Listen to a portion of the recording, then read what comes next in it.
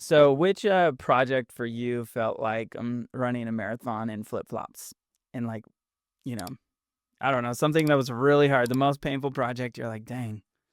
I mean, I wouldn't say like any of them have been painful per se. Like I think, well, I mean, like in the scheme of things, like FedRAMP, I think when that came about, like that started off as very painful because, every single project you'd and like I felt like depended on what TR you got, technical reviewer you got was how they interpreted the controls. And so it's like as an advisor, you're just guessing what's going to be accepted and what isn't.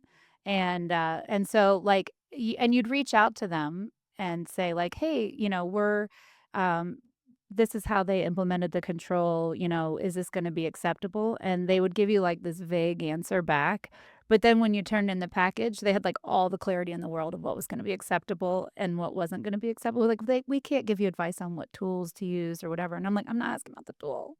I'm asking about the implementation," and they'd basically just regurgitate the control back to you, and you're like, "Okay." I mean, now, obviously we've been doing this for, over a decade now. And so